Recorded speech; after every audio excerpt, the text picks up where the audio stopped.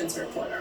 Also joining us, former Senator Claire McCaskill and former FBI Assistant Director for Counterintelligence Frank Figliuzzi is still with us. I want to play some of the evidence that the 1-6 committee has entered into sort of the public hearing phase when it comes to pardons, and talk about how this matters and why this matters now. This is Eric Hirschman, Deputy White House.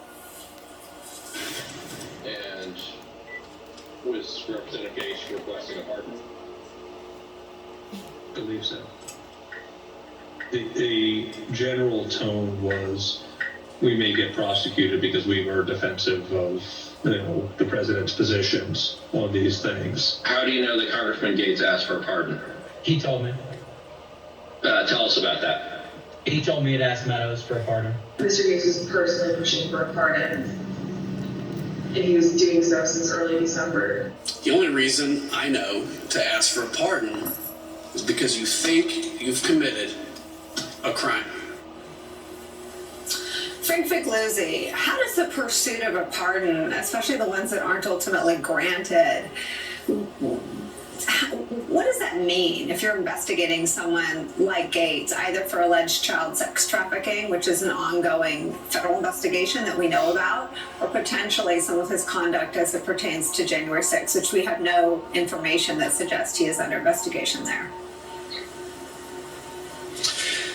Certainly doesn't make things easier for investigators. It's tantamount to obstruction. The problem, of course, is that the president has the right to pardon people. So it's not like you can actually say, hey, wait a minute, you're obstructing things here. But, one of the clips that jumps out at me here is Stone saying, about Trump. He sends that message occasionally, the message that he still holds me in good stead, right? So imagine that hanging over the head of people you're investigating. I'm going to get out of this. The boss is going to take care of me. And imagine now Matt Gaetz thinking, Trump could get reelected. I might get some kind of pardon or commutation if he gets back into office. It totally slows things down, puts brakes on things. But, one of the other takeaways from this is we have a member of the House Judiciary Committee in Gates, right? And what are they doing at the very moment he's having this backstage conversation with Stone? They are investigating whether Trump dangled pardons to Stone and others. And what is a member of House Judiciary doing? He's talking about pardons with Stone. And hey, there might be some mics around, so I'm really not going to get into the details about how hard I'm working on your behalf on pardons. Where's ethics? Where's the ethics committee? Where's the chairman on this? What's the accountability going to be for a member of the House Judiciary? Jackie, I've asked members of the 1-6 Select Committee if they're interested in knowing if the 3 Trump-pardoned insurrection enthusiasts, that'd be Steve Bannon, Mike Flynn, and Roger Stone, if they're interested in understanding, again, a president can pardon whomever they want, but if they're interested in understanding the fact pattern leading up to those pardons, and if there was anything committed to, either in theory or in spirit, in terms of their role in inciting and participating in the insurrection. And they said, of course, we're interested in that. But it seems that the pardon testimony has been so pointedly focused on the Republican accomplices. Cassidy Hutchinson testified to a lengthy list of Republicans who were interested in pardons. The John Eastman public hearings, I think, had that email, or perhaps it's your reporting, where we saw the email, get me on the pardon list. I mean, the pardon list of Trump. It was something talked about the way you would think a White House combating COVID would talk about COVID or tests or vaccines. The pardon list was something that was so out in the open in the Trump inner circle.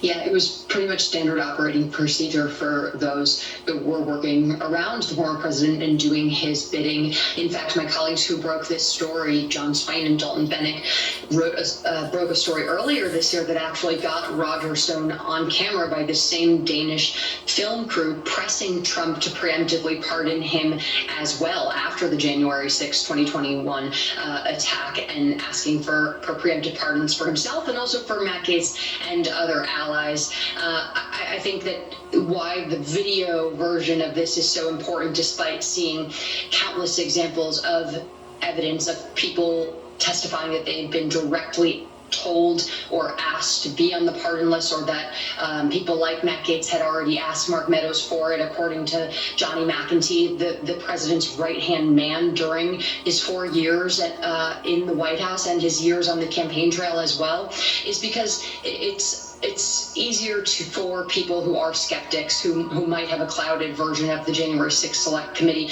to believe it. It's in Matt Gaetz and Roger Stone's own words, asking for it and really illustrating the way that this former president operated. You do something for me, I'll do something for you. And the idea of asking for preemptive pardons became pretty mainstream and standard for the people who were working around the former president and trying to overturn the results of the election, again, suggesting that there was a feeling that what they were doing was criminal. It is so reminiscent. I mean, the only way that it sounds familiar to anything is from mob movies. I want to play a little bit more of it for you, Claire.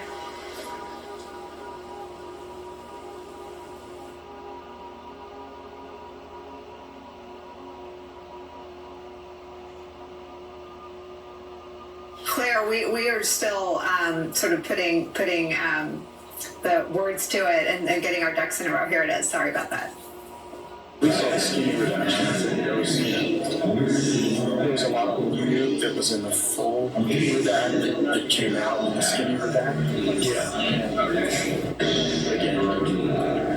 Yeah. So it's but they're going to do you because you're not going to have a defense. Correct. It's not to justify. Correct. Correct. So if I need a pardon, I'm going to be counting on you and dozens of others. There are many recording devices around right now. I have not feel the permission to speak freely about the work I've already done on that subject. Claire, this was a conversation in midstream. There were, quote, many recording devices. One thing they get right. So it's a conversation that was ongoing, and they commit to picking it up again later. Well, there's an old saying in prosecution, we cannot let people go just because they're dumb, because, we'd never fill a jail. There's lots of dumb criminals in jail.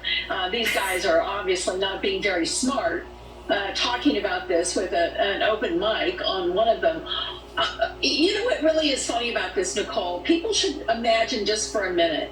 Just imagine in the movie The Godfather, if you think about that plot, and then you give the Godfather the power to pardon everyone from any criminal liability for anything they did. Or Al Capone. Imagine if Al Capone could have pardoned anyone in his organization for anything they did wrong. And once you saw this administration, once you saw Donald Trump go in, reach into the Department of Justice, and for the first time that I'm aware of, say to someone, well, we know you pled guilty, but we're going to forget about that. You can go along. You have a clean record, Mike Flynn, even though you pled guilty. I mean, that's unheard of. The guy pled guilty with a lawyer, and they still pardoned him and let him go free. So I think everyone in the Trump circle knows there will never be criminal liability as long as Trump is sitting in the Oval Office for anything they do wrong at his bequest.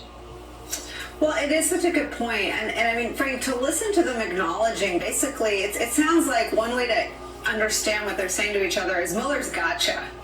And Gaetz said, well, he had to get somebody. It is so much sort of straight talk about their own criminal exposure. And the only sort of lever they have left to press is the big guy's interest in keeping them all roaming around free. I mean, what is sort of the broader picture in terms of Trump's disdain for the rule of law? Yeah, I mean, to your point, Matt Gaetz actually says to Stone, you don't have a defense. He says you don't have a defense. Right. And he's saying that, by the way, because he's read from the formerly redacted portions of the Mueller report that he's not supposed to talk about. And who is he talking about it with? He's talking about it with Stone. The larger ramifications here, are hinted at with regard to Stone saying, I'm going to be counting on you and about a dozen others, right? a dozen others, really, who are going to lobby the President of the United States on a criminal's behalf and try to get a pardon for themselves and for you, Roger. It's a much larger conspiracy than I think even those of us who followed it every day could have imagined. Like I've been and it's saying, a mentality that's reflected here. What's the mentality? Since June We're all in this 16, together. The Cosa Nostra, the Italian mafia, translates as this thing of ours, right? And that's all I keep hearing here is this thing of ours. We're all in this together, right? I've listened to court-authorized wiretaps of mobsters talking to each other. It sounds just like this. There's better food around, by the way, but it sounds just like this. And they're part of a criminal enterprise, Nicole. It's a criminal organization. They know it. They know they're screwed with regard to legality, and they know the only way out is for the boss to get them out of it. You know, Jackie, this whole idea of the Republicans being part of the conspiracy to overturn the election is if not central, it is certainly an undercurrent to everything that we've heard from the witnesses who have testified publicly, Cassidy Hutchinson and others who have talked about the 19 Republicans who were there. The DOJ testimony recounted that Trump wanted them just to say it was corrupt. The Republicans would do the rest. Is there more to come in terms of what they've gathered on Republicans, or are there behind-the-scenes negotiations to see if there's sort of an open door among that wall of Republicans who have so far obstructed the committee's work? It's a good question. It's something we have been asking our sources as the committee has returned to their full-time investigative work in advance of their fall set of hearings, which we are expecting at this point. But what we've heard so far is that there is a feeling that the committee is just going to let the issues with House GOP members sort of be relegated to the ethics committee, that there's simply not enough time to continue pursuing all these different threads of the investigation that they've already been following for a year now, and that they might potentially re-up some of the subpoenas to these House lawmakers that they've already asked to come in.